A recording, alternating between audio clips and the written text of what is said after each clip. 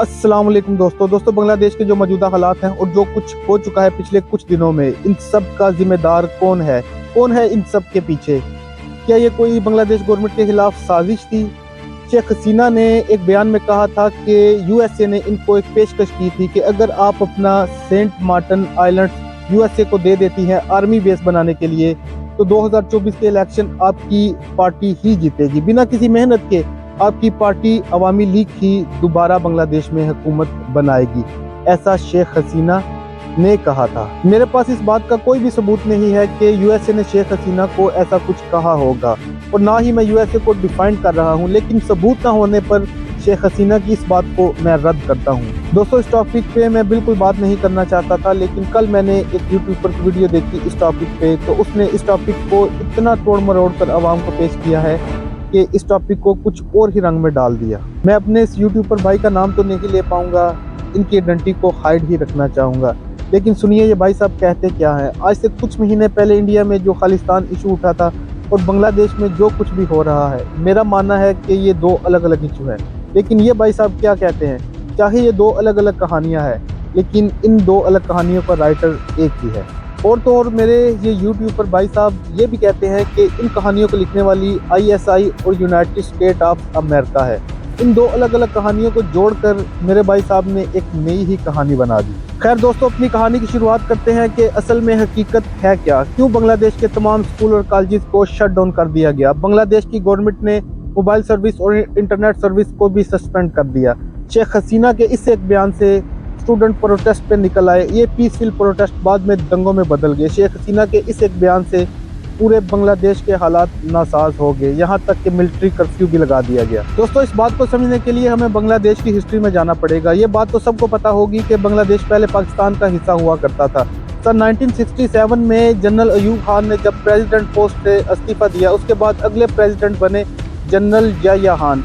इन्होंने अवाम से ये वादा किया कि वो पाकिस्तान में पहली जनरल इलेक्शन करवाएंगे, और ये इलेक्शन करवाई जाती है सन 1970 में। 1970 के इलेक्शन के रिजल्ट काफ़ी चौंका देने वाले थे। जो इस वक्त बांग्लादेश कंट्री है वो उस वक्त ईस्ट पाकिस्तान हुआ करता था, और ईस्ट पाकिस्तान में अवामी लीग इस इलेक्शन को जीत जाती है। लेकिन चौंका देने वाली बात यह है कि वेस्ट पाकिस्तान में एक भी सीट नहीं जीत पाती। दूसरी तरफ वेस्ट पाकिस्तान जो आज का मौजूदा पाकिस्तान है, इसमें टोटल 144 सीट थी, जिसमें 88 सीट पीपल पार्टी काफ लीग जीत जाती है। लेकिन चौंका देने वाली बात यह थी कि ईस्ट पाकिस्तान में एक भी सीट नहीं जीत पाती। दोस्तों, 1970 में जो इलेक्शन के रिजल्ट आए वो काफ़ी हैरान कर देने वाले थे, और बांग्लादेश में जो कुछ भी हो रहा है इसकी शुरुआत यहीं से हुई थी। 1970 में जो इलेक्शन के रिजल्ट आए थे उसके मुताबिक अवामी लीग ईस्ट पाकिस्तान और वेस्ट पाकिस्तान दोनों जगह पर अपनी हुकूमत बनाएगी, लेकिन ऐसा नहीं होता। जनरल याह्या खान जो इस टाइम पे पाकिस्तान के प्रेसिडेंट थे, इन्होंने ही पहली जनरल इलेक्शन पाकिस्तान में करवाई थी।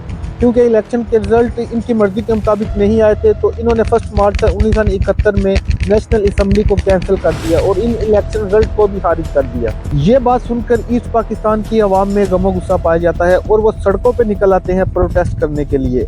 आज़ादी के नारे भी लगते हैं।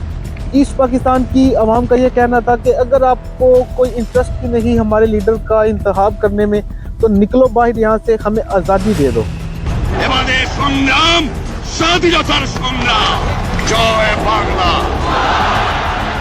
একটি স্লোগান, একটি দেশ। আমার দেশ তোমার দেশ, জয় বাংলা। মুক্তিযুদ্ধের স্লোগান,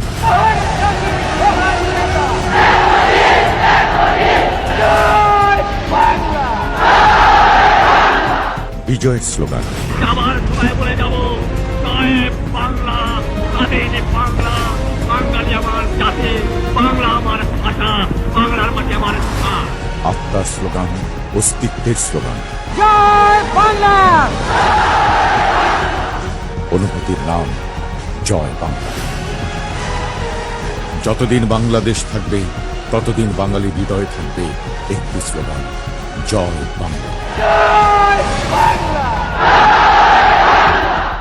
ज़्यादा डिटेल में न जाते हुए इस कहानी को थोड़ा शॉर्ट करके बताऊंगा। 26 मार्च सन 1971 को शेख मुजीबुर रहमान ने बांग्लादेश को एक अलग कंट्री डिक्लेयर कर दिया था, लेकिन बांग्लादेश को आज़ादी मिलते मिलते भी 6 माह लग गए थे, क्योंकि वेस्ट पाकिस्तान बांग्लादेश को नहीं छोड़ना चाहता था।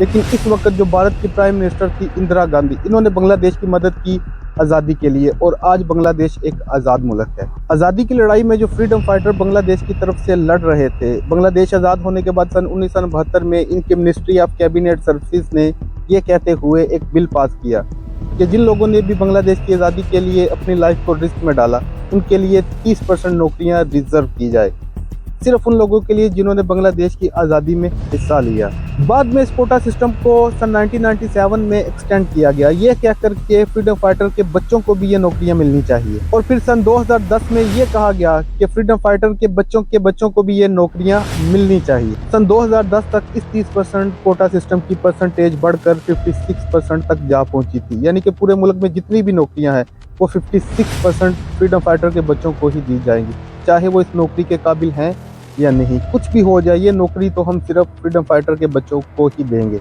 इसलिए सन 2012 में और सन 2013 में भी स्टूडेंट ने पीसफुल प्रोटेस्ट किए थे इस कोटा सिस्टम के खिलाफ। इसलिए अक्टूबर सन 2018 में बांग्लादेश गवर्नमेंट ने इस कोटा सिस्टम को लेके एक बिल पास किया कि फर्स्ट क्लास और सेकंड क्लास नौकरियों के लिए इस कोटा सिस्टम को हटा दिया जाएगा। बांग्लादेश में सब कुछ ठीक चलता रहता, बांग्लादेश के हालात भी खराब नहीं होते, जो कुछ भी बांग्लादेश में हुआ आज ये नहीं होता अगर ये फ्रीडम फाइटर के 7 बच्चों ने हाई कोर्ट में एप्लीकेशन नहीं दी होती इस कोटा सिस्टम को दोबारा से बहाल करने के लिए। सन 2021 में जो एप्लीकेशन दी गई थी इस कोटा सिस्टम को लेके, 5 जून सन 2024 को हाई कोर्ट का फैसला आता है कि सन 2018 में जो गवर्नमेंट ने बिल पास किया था इस कोटा सिस्टम को लेके, उसको अनलीगल डिक्लेयर किया जाता है और दोबारा से इस कोटा सिस्टम को हाई कोर्ट की तरफ से बहाल कर दिया जाता है। हाई कोर्ट का फैसला आते ही शेख हसीना भी मैदान में उतर आती हैं और इस फैसले को लेके वो एक बयान भी देती हैं कि जो कुछ भी हाई कोर्ट ने फैसला दिया है वो बिल्कुल ठीक है। अगर ये नौकरियां फ्रीडम फाइटर के बच्चों को नहीं मिलेंगी तो क्या ये नौकरियां रजाकार के बच्चों को मिलेगी? असल में रजाकार का मतलब है हेल्पर या मददगार, लेकिन बांग्लादेश में रजाकार लफ्ज़ का मतलब है गद्दार। लेकिन सोचने वाली बात यह है दोस्तों कि बांग्लादेश में रजाकार को गद्दार क्यों कहा जाता है, इसके पीछे कहानी क्या है। के टाइम सन 1971 में रजाकार बाहिनी एक पैरामिलिट्री ग्रुप था जो कि वेस्ट पाकिस्तान की आर्मी को सपोर्ट कर रहा था और दूसरी तरफ वो ग्रुप था जो बांग्लादेश की आज़ादी के लिए लड़ रहा था। तो दोस्तों अब आप इस पॉइंट को बड़ी आसानी से समझ सकते हो कि बांग्लादेश में रजाकार का मतलब है गद्दार, एंटी नेशनल, देशद्रोही। तो शेख हसीना के इस एक बयान के बाद स्टूडेंट सड़कों पर निकल आए प्रोटेस्ट करने के लिए। स्टूडेंट का ये कहना था कि ये कोटा गैर कानूनी है। ये बात तो समझ आती है कि जिन्होंने बांग्लादेश की आज़ादी के लिए लड़ाई लड़ी, जिन्होंने कुर्बानियाँ दी, उनको नौकरियाँ मिलनी चाहिए, यहाँ तक तो ठीक है। लेकिन 1972 के कानून के मुताबिक किसी जगह भी ये बात नहीं लिखी गई कि ये नौकरियां फ्रीडम फाइटर के बच्चों को भी दी जाएंगी। दोस्तों बात अब ये है कि स्टूडेंट अगर प्रोटेस्ट कर भी रहे थे गवर्नमेंट के खिलाफ इस कोटा सिस्टम को लेके, तो गवर्नमेंट को इस कोटा सिस्टम को पहले ही बंद कर देना चाहिए था।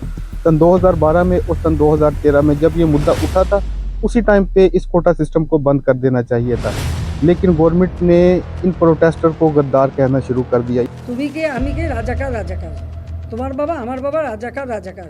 ये तो वही बात होगी कि गवर्नमेंट को इनका प्रोटेस्ट पसंद नहीं आया तो गवर्नमेंट ने इन स्टूडेंट को गद्दार कहना शुरू कर दिया, जहां से ये सारी बात बिगड़ी और बांग्लादेश के हालात बदतर से बदतर होते चले गए और बांग्लादेश में इतना सब कुछ हो गया। दोस्तों बांग्लादेश के इन हालातों का, इन सारी चीज़ों का मुआवजा करके मैं अपने पर्सनल एक्सपीरियंस से ये बात कहता हूँ कि बांग्लादेश में जो कुछ हुआ, हालात बदतर से बदतर होते चले गए। ये तो सिर्फ एक सिम्टम्स है, बीमारी तो कुछ और है। असल बीमारी जो है यहाँ पे अनएम्प्लॉयमेंट, बेरोजगारी। इंडिया पाकिस्तान की तरह बांग्लादेश में भी बेरोजगारी एक बड़ी प्रॉब्लम बन चुकी है। उम्मीद करता हूँ कि इंडिया, बांग्लादेश और पाकिस्तान की गवर्नमेंट अवाम की प्रॉब्लम को अच्छे से समझ पाएगी और फ्यूचर में अवाम के लिए बेहतर फैसले कर पाएगी। दोस्तों वीडियो का अख्ताम यहीं पे करना चाहूँगा, लेकिन उससे पहले मुझे ये बात बताएं कमेंट सेक्शन में कि शेख हसीना, इमरान खान और मोदी जी के बारे में आप सबकी क्या राय है, इनमें सबसे अच्छा लीडर कौन है? कमेंट सेक्शन में मुझे कमेंट करके बताएं। अभी आपसे इजाज़त चाहूँगा। अल्लाह हाफिज़।